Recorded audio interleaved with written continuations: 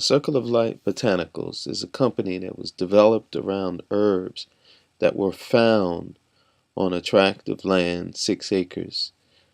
These herbs were black cohosh, blue cohosh, bloodroot, and the amazing premier herb, American ginseng. Our mission was to wildcraft these herbs that were growing at 3,800 feet and to add additional herbs onto the land, golden seal and false unicorn, and other herbs, as they would grow very well in this high altitude. This herbal business fit pretty well with what we were doing, which was naturopathy, acupuncture, and growing of our own food and martial arts. Um, Me, Akeem Scott, I'm a naturopath and a acupuncturist and an herbologist. We would bring folks onto the land, and Eleanor would do visual arts and Reiki, as well as teach the martial arts. We would facilitate workshops and have folks come who were looking to change their lives, basically. On the southern face of the property, we did all of our healing work. We had spiral gardens where we did all of the growing of our vegetables, and we did all of our massage therapy, all of our training classes. We held classes there. And here you see me comfortably amongst the wild herbs, um, baby ginseng, bloodroot, cohosh, fern, all natural companions of one another, and all naturally growing on the land. Ginseng has an illustrious history. For over 3,000 years, it was used for medical purposes. The old Chinese text, the Yellow Emperor text, the old books of Chinese medicine, all talked about ginseng as a major herb which strengthens the soul, brightens the eyes, and opens the heart. Chinese emperors revered ginseng and were willing to pay enormous prices for it. China's need for wood led to the deforestation of ginseng, and so it still will take many, many years for ginseng to grow at its normal rates in China. As far as back as the 3rd century AD, China demanded this root from other places, and it was Korea who stepped in to create a thriving export business in ginseng.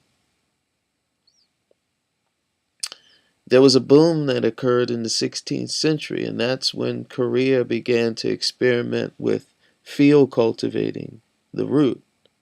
And from the 16th century until the present, ginseng has had a thriving community. China is always the main user of this product. In America, ginseng has been used traditionally by many Native American tribes, the Iroquois, the Menominee, the Cherokee, the Creek. They all valued ginseng for its amazing curative abilities. But it wasn't until the 1700s that American settlers and Jesuit priests found ginseng or discovered it from their point of view. And by the late 1700s, shipments of ginseng were being sent to China, and incredible fortunes were being made. By the mid-1850s, 500,000 pounds of ginseng was being harvested annually from American wild ranges and exported to Asia. The current market, being what it is, suggests that ginseng's demand will last for a very long time to come. There are two faces of ginseng. Actually, there are more faces, but two main faces. There's the low-cost producer of ginseng, which is the field-cultivated farmer. And this ginseng has shown its profits to decline quite rapidly over the last 5 years or more. The wild simulated farmers' ginseng has been steadily increasing since 2001. And an additional thing that has happened in the marketplace is that more wild ginseng and ginseng companion plants are finding a market out in not only Asia but all across the world. So this means that ginseng and black cohosh and golden seal and bloodroot are all finding markets for themselves. Cultivated versus wild ginseng. An explosion happened in 2007. Wild ginseng roots sold for as much as $1,000 a pound. That price was astronomical, and the price continues to go up. In 1999, a few pounds of field cultivated dried ginseng root produced under artificial shade sold for $10 per pound. That price has been reduced by 75% in the last 10 years. So you have the $1,000 per pound for wild ginseng and the 75 and the $10 per pound for the field cultivated ginseng. There's a difference. Why is there such a big difference in the prices paid for both wild and cultivated ginseng? Well, the big difference is the Chinese. For 5,000 years, the Chinese have seen ginseng as the emperor of herbs. They've even developed a system of grading ginseng that consists of 30 different quality levels. And because the Chinese have clear-cut most of its forests, they have devastated local ginseng sources. And since there's been a need for quality ginseng since the 1800s, the Chinese are willing to pay dearly for this source of ginseng from anywhere in the world they can find it. Okay, here is a photo of wild and wild simulated ginseng. What we don't have pictured here is cultivated ginseng. So cultivated ginseng looks much like a carrot. That's the ginseng that the Chinese will pay $10 a pound for. And then you have the wild simulated ginseng, which is planted, similar to wild conditions, but it wasn't growing there wild, and you had to broadcast the seeds. And then you have the wild ginseng. So this picture shows the wild and the wild simulated. On the left is the wild simulated. On the right is the wild. And you notice that they're similar, except for that the wild is shorter and has longer, much longer tassels to it. Tassel being the neck of the ginseng root. That tassel or neck shows the growth of the ginseng. Each year adds one new ring to the tassel.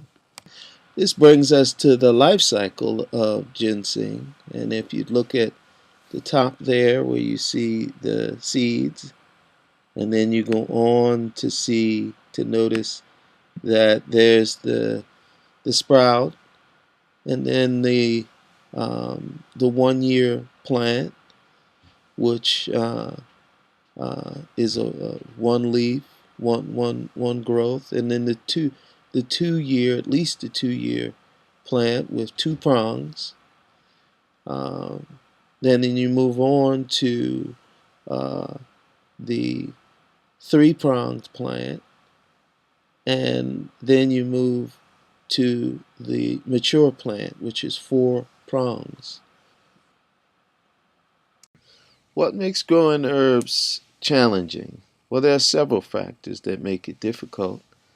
And one is, in growing herbs generally, an uncertain market. There's always next the uh, low-cost producers who dominate world production. Then there's the difficulty of assessing the market information on herbs. There's the lack of quality control procedures, little available ergonomic information on herbs, and the mixed acceptability in the medical community. Ginseng solves many of the problems previously noted. First, ginseng is a proven market. High-grade wild or wild simulated ginseng is proven and could climb easily into the billions of dollars as the Asian economy recovers. There's a limited supply of wild simulated ginseng. The entire world supply of it comes from North America. It's estimated that there are 10,000 growers here. And since 2000, those 10,000 growers have been providing the Asian customer with wild simulated ginseng. The demand has been increasing.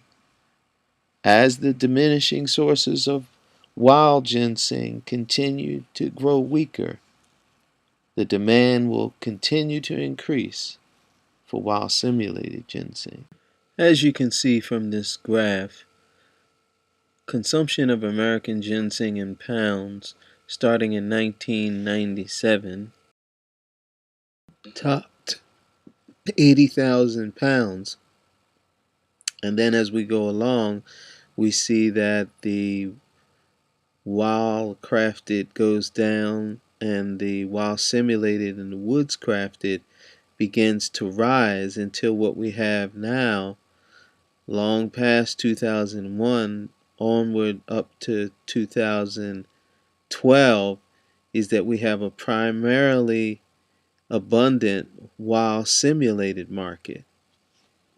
At the same time, in dollars, we had a consumption of $25 million worth of ginseng in 1997. And then as we go along up to 2001, we began to see the wild simulated ginseng on the rise, woods cultivated ginseng as well on the rise.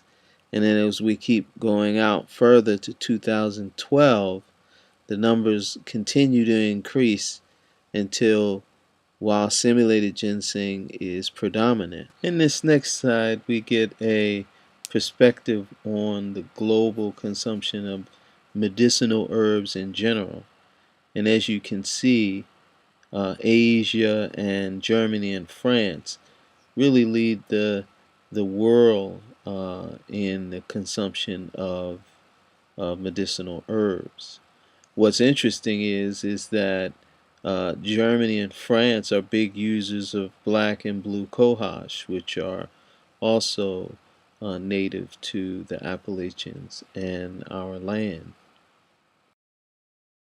Our primary competitive advantage is that we are up at 3,800 feet and that on our land, we have a dense forest filled with companion plants and a natural habitat from which wild simulated ginseng will grow. In addition to that, the companion plants also offer a lucrative advantage. A little over half of the land is on a north to northeast facing slope area. These are the ideal conditions with which ginseng will grow. The remaining land is on a south-facing slope. And of course, these are warmer temperatures and not as dense, but it's a great area for gardening, great for flowers and plants that require much sun. But we've also found ginseng to grow in this area.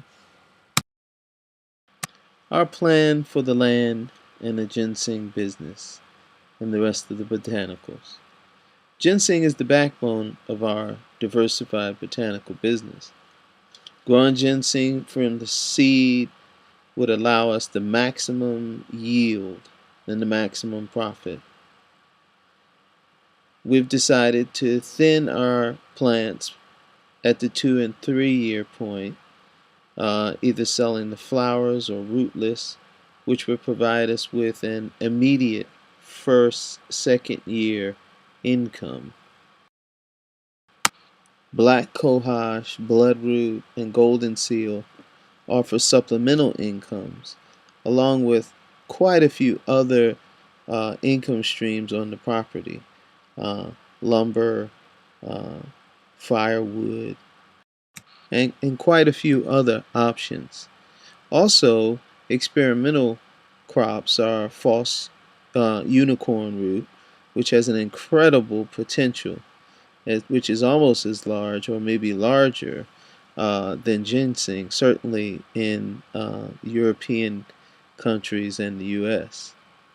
Value-added products also offer opportunities to further diversify and enrich a botanical business. Now, this slide represents the um, while simulated ginseng performer, and it clearly kind of outlines some of the costs that are associated with growing and planting and harvesting ginseng.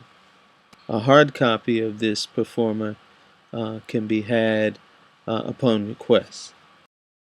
This next performer is for the bloodroot and the black cohosh, and it as well can be had upon request for a hard copy. And here is a 2 year ginseng plant, and we have gone forward to test the market out for little potted 2 year and 3 year plants, and found a pretty significant market within the nurseries around Asheville and surrounded area, uh, the farmers markets and the tailgate markets, as well as the alternative food markets in the area. There are quite a few value-added products when it comes to ginseng: soaps, tinctures, selling of the berries and juice of the berries, as well as the leaf and many other associated products. A Circle of Light Botanicals is now for sale.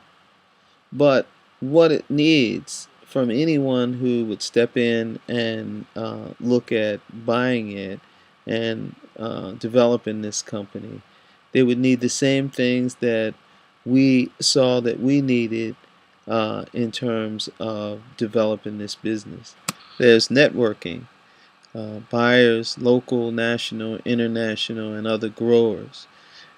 Since we started this, that the networking has increased to the point of this coming December 2012, there will be the first ginseng conference here in Asheville, North Carolina, and there will be the first that I know of that I've done research on auction, where ginseng growers will come and auction off their prize roots. The next thing would be financial, legal, and technical support. And the beautiful thing is with Scott Persons and Janine Davis, who is with the North Carolina Extension Service and with the university, this allows us to have our hand in quite a few different places in terms of technical advice, legal advice. Um, the only thing here now is the financial aspect of it, and this needs to be grown. This is an area that needs to be developed. As far as office space, this area of Asheville and surrounding areas has AB Tech, Asheville Buncombe Technical Community College, as a good resource. They've allowed us to set for a grant, which we did. We got money from them to develop our ideas and to put forward some of the concepts that we were working on in terms of how to grow ginseng, which was well. And the next is equipment sharing. With equipment sharing in our area, there has been an incredible um, advancement here because so many herbalists, so many enthusiasts have ventured forth to really buy equipment and co-op the equipment with other interested parties. So there's been a great advancement here. The last area is the security system. Security is a major issue still. One good thing is that recently North Carolina and Asheville, Waynesville, and surrounding areas are fully prosecuting poachers and sangers. Um, so this hopefully will discourage the time-honored um, craft of sanging.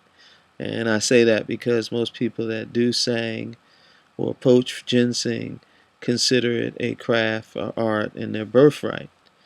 But as we move forward, a great security system is necessary that is partially computerized, partially deterrent, and I see that on the horizon. I actually presented a security system that was based on little computer pods that could be viewed through the internet and on your iPhone. Um, but things like that are coming down the pike. They aren't here yet, and this does present an area of concern.